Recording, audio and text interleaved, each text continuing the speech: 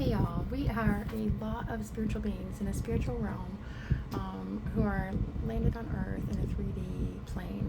And so this is literally like the planet of darkness in so many ways. But there's a spiritual warfare going on.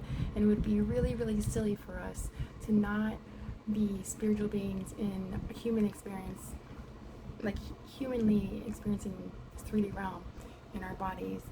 Um, and to have to deny, like, mind, body, spirit, to have to deny our emotions, our thoughts, our feelings. Emotions can be feelings, yeah, for sure, of course, but I'm more thinking like sort of like how do you say, like, disconnected in a way. To, you don't want to disconnect, but you want to detach from the um, I'm gonna detach from an, how do you say this, y'all? Hold on a I don't know. But basically you want to detach from whatever expectation of the experience that you're supposed to have with said outcome of sadness or joy or whatever. There's a lot of connotations around that. So let's just go back really quick to, we're spiritual beings having a human experience. That's something that I capitalized on when I was really little, and I have loved every time it comes back around to me. To hear how far it goes out into the world and how many people that blesses and communicates and resonates, and then the frequency is sent back like ocean waves. So it's really, really cool. And so, pardon me, I was saying it long before that was ever out there. So that's really, really cool. But for all of y'all who vibe with that, welcome. It's super exciting. And anyone who is newly being introduced to the fact that there might be something else to this spirituality, and you'd like to learn more about it, that's fantastic. Welcome as well. Um, welcome to all. I just wanted to share that being that there's so much going on with like the spiritual warfare things, and it would just be really, really silly to think that our thoughts and emotions aren't there just guiding us along the way. It's more, how do we corral them in when there's like a lot of chaos going on outside of our own minds, our own hearts, our own bodies, in our environments or not. So there's so many things that are outside of our control.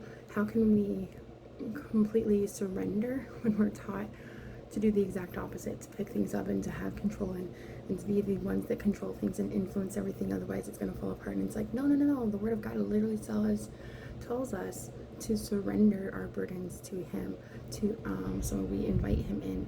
So it's like, I'm gonna share something real quick. Like, so one of the things I want to share is like, a lot of times I'll see like people who have an addiction, and like need to be free from, like, say, alcoholism or something like this.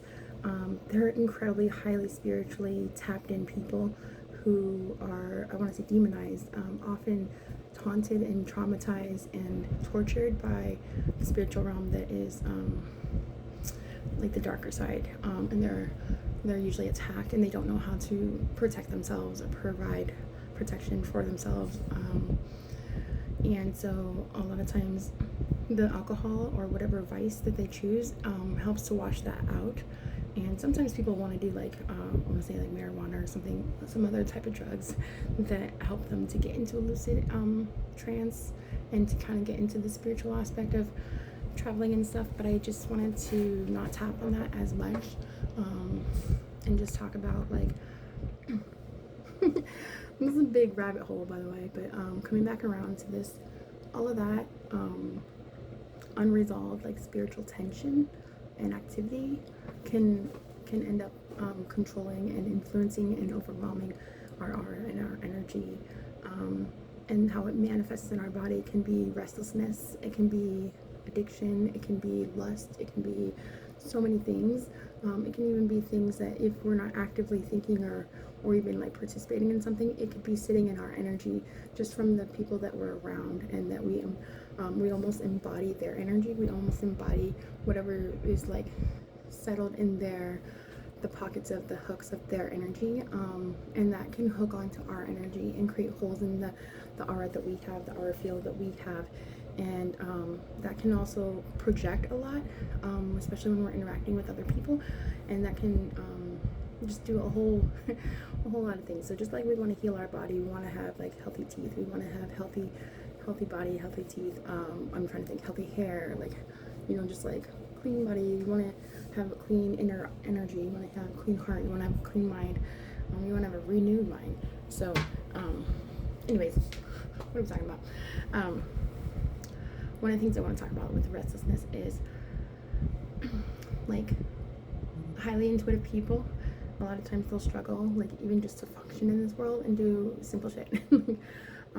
Like I want to say high functioning, I want to say modalities, but high functioning tasks, things that seem really simple to you, and maybe they come really simple to you, even if you have to put like work into it or such, may be really challenging to somebody else who's really sensitive to the energies around them and is needing help to either ground their energy and that around them, needing to learn techniques, needing prayer, needing to know, like, learn how to take authority and speak authority over that, as well as, like, say they could create like a lot of like depression. It can be depression. We have a lot of suicides with things that happen in the world. It can create a lot of anxiety. And so 6.5 minutes in, but I wanted to talk about the people that have anxiety.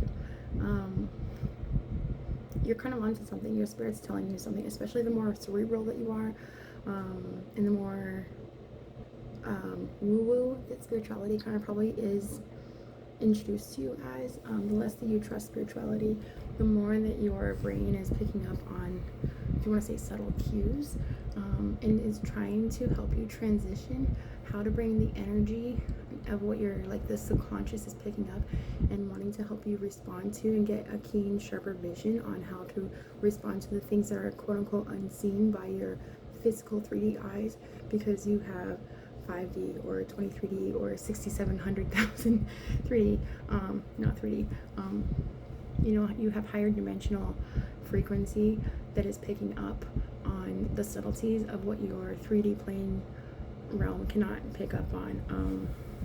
So like,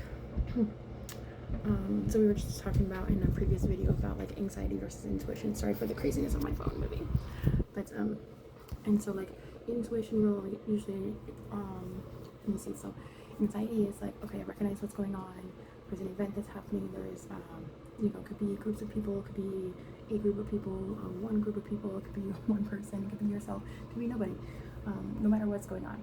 And it typically is regarding like fears and insecurities, whether subliminal, subconscious, or actually present. It could be then, it could be something in the past that you're worried about up and coming, or it could be something in the up and coming that you're not really sure how, like, step into in current, and be grounded and be in a healthier state of empowerment.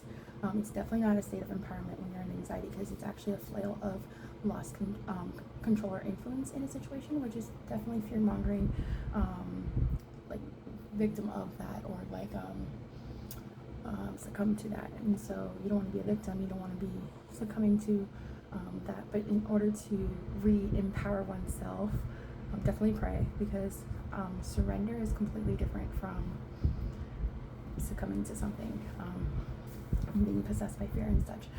That is also just, it's different. You're surrendering, you're actively surrendering to God to say, hey, please help take care of these things, and peace will come in more so with that when you're praying, and He'll give you clarity, He'll give you wisdom. And so oftentimes our intuition will show up. I love this. I just want to say, like, if you're experiencing a lot of anxiety, it's definitely something to talk to your doctor about as well. But